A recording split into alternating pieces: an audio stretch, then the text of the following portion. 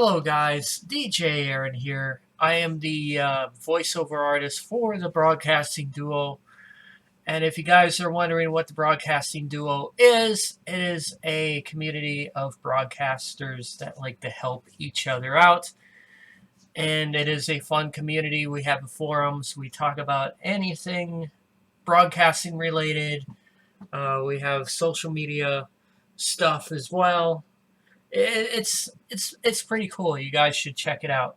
Um, Anyways, aside from me being the voiceover artist for the Broadcasting Duo, I also do a show on the BG Radio Network, and I also do my Friday night flagship show. And today we are going to do a virtual DJ tutorial, and I got virtual DJ up on the screen for you guys right now. We are just going to go over the basic functions of virtual DJ. We're not going to get into an all-out, should I say, function tutorial video. We're just going to go over the bare basics, which is pretty much the player, the waveform part up here, and then we are going to do the browser section right in here, and the auto mix, and probably the settings. So, and pretty much the different modes. So for your preferences and skins and whatnot. So let's get started. All right. So basically, when you open up Virtual DJ 2020 and you're greeted with two decks. Okay, it's greeted you with two decks by default. So this is for the starter portion of the software. And we're just going to focus solely on these. Okay, right here, you got your beat grid. I mean, you have 4 different settings of your beat grid. You have pattern 1, pattern 2, pattern 3, and pattern 4. Down here, well, I don't want to backtrack, so this is my first video, guys. I'll get better as time goes on. All right, so we got rolls. You got roll 1/8, you got 1/4, and then 1/2, and you got loop roll 1. So there's your different beat rolls, or loop rolls, or whatever you call it. You got scratch, you got baby scratch, you got flare scratch, you got jet scratch, and then you got backspin. And then over here you got your sampler, you got your horn, your siren, your play sample, and then you also got your other play sample here as well, which is applause. So there you go. You have pretty much just the bare basics of samples for the skin. You have effects. You got filter. You got flanger. And then you also got cut. And then right down here is you have your loop buttons. Loop half. Loop. And then you have your loop double. Right over here you have your mix assist, your cue, play, pause, and sync. You have your kind of jog wheel platter. You have your pitch control, so you could beat match your pitch or whatever, manually if you wanted to. You have your mixer section right here. You have your fader up down for deck A. You have your fader up down for deck B. You have your EQ section, which is high, mid, and low. You have pretty much mix effects. You can mix every effect in if you wanted to. You have your Q select for deck A. You have your Q select for deck B. And then for deck B, you have it mirrored as on that side. And then you have your waveform right here. You could like back it up. You can move it forward. You can pretty much add a cue point if you wanted to. It's pretty cool. And then you have your major waveform right here where you could go back forth and do all that crazy stuff up there as well. All right, right here is your browser section. All right, so right now I have it on hard drives. So your music goes in this section of the browser section. Excuse me. Allergies. Sorry about that. So your music goes into this portion of the browser section. And your main browser section for folders is over here. You got your auto mix over here, which is pretty much you drag and drop songs in like so. And then it's set up for auto mix, and then you can remove them if you wanted to as well. This right here is your information pane, which tells you all about the metadata for the songs, like the year, album, rock, which is the genre. You have composer. You have the BPM for the song, and then you have key. It basically tells you when you've accessed the file as well. And then over here you have add to favorites folder, add to virtual folder. You have add to filter folder, and then you have go to last folder, and you do browse options or browser options, and then you have file font size. So there's that pane and all that. And then down here for the auto mix section, you have your side list, you have your remixes, your sampler, your auto mix, your karaoke. And I think that's it. You can add more shortcuts for that as well, and then you can do your basic side view.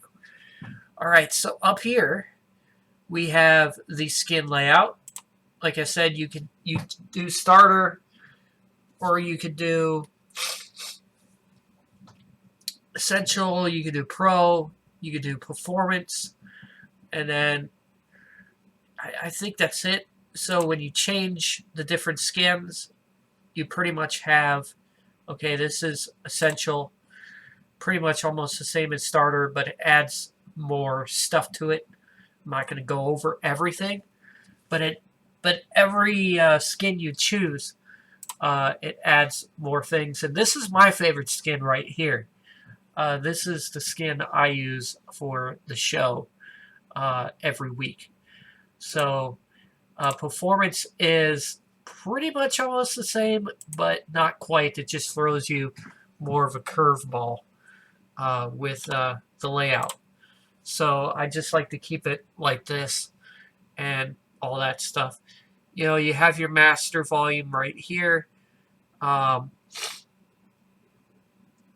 have your CPU, which if you hover over it, it will show you like how much is running. It's not running right now because apparently I am not doing things that are intensive.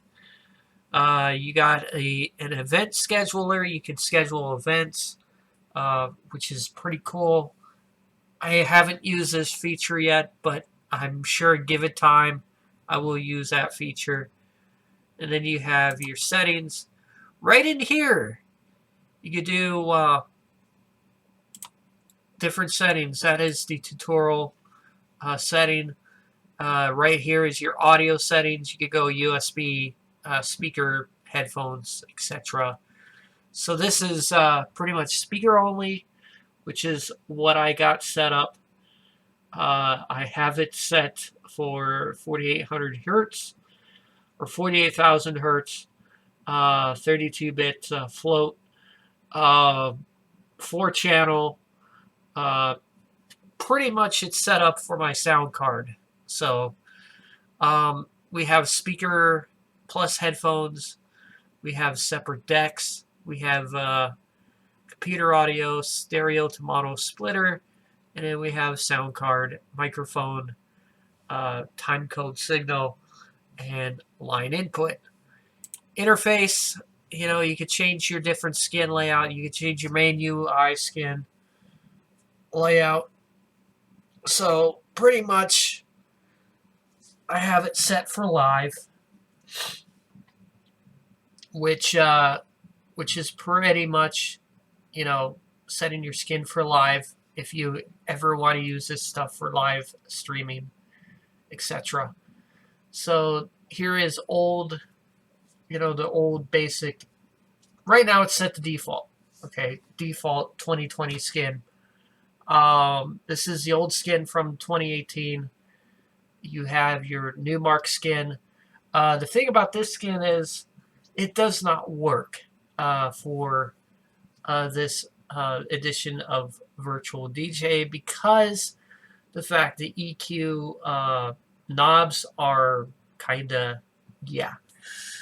don't show up very well. The graphics are off and stuff like that, so I don't use that skin on this version. We have Virtual DJ 7. We have like 3 skins of that. You have your 2 decks, you have your 4, and then you have your 6. And then we have your standard Virtual DJ 5, which is very cool. Okay, this is where you set up your controller stuff. Right now it's set to keyboard layout. This is pretty much the whole entire keyboard layout. If I wanted to use the keyboard shortcuts for this, I have means to do so. All I have to do is just look it up, and there you go. Options, everything I have set. I have a few things that are set yes, and I have things that are checked off that is no. So I like to keep things very simple and basic. I don't like to have things automatic and stuff like that. Some of you might benefit from the automatic stuff, but I don't really benefit from that. So just my personal preference. I mean, everyone else has their own personal preference when it comes to software. I have mine, so I leave everything checked to no.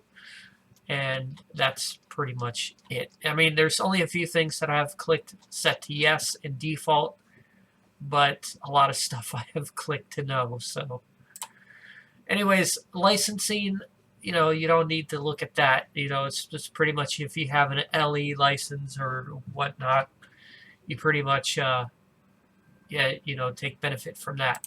Extensions, there's skins. You can download free skins from here. That is pretty much why I am signed in, so I could take benefit of the skins. Broadcasts, you could do a radio server, podcast, video. I'm not going to go into the video because I do have a stream key and stuff set for Facebook Live. So I am not getting into that. But you can do audio, and then you can do podcasts, I think, for free. And radio server, I do believe, is the only one that pretty much just needs a pro license. So anything audio-wise, and that I think you can do for free. So and video you can do for free too. So record function, you have different settings. You have like 4 audio formats and 2 video formats. So basically you have MP3 OGG, and you have FLAC and WAVE, and then you have 2 video formats like WebM and MP4. Remote is if you want to download the app and remotely control Virtual DJ with an app. So there you go. Anyways, other than that, there really isn't much to show you, because the fact that Virtual DJ is very basic and simple to use. I would have to say, if you were to start out on Virtual DJ, I would highly recommend the starter skin, because the fact that it is very easy and simple to use, and for the beginner, it would be very good for you guys to start out with just that skin. But anyways, I talked your guys' ear off long enough. I am going to end this video, and then the next video that I do will be solely for if you have like a straight analog audio mixer and you want to hook it up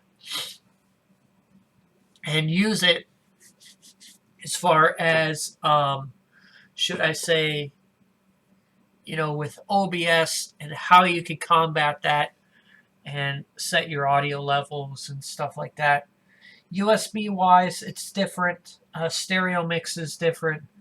But full analog, I will show you guys that in the next video. Anyways, guys, that's going to be it for me. Peace out. Practice and enjoy. And I will see you guys in the next Broadcasting Duo tutorial. Anyways, practice and enjoy.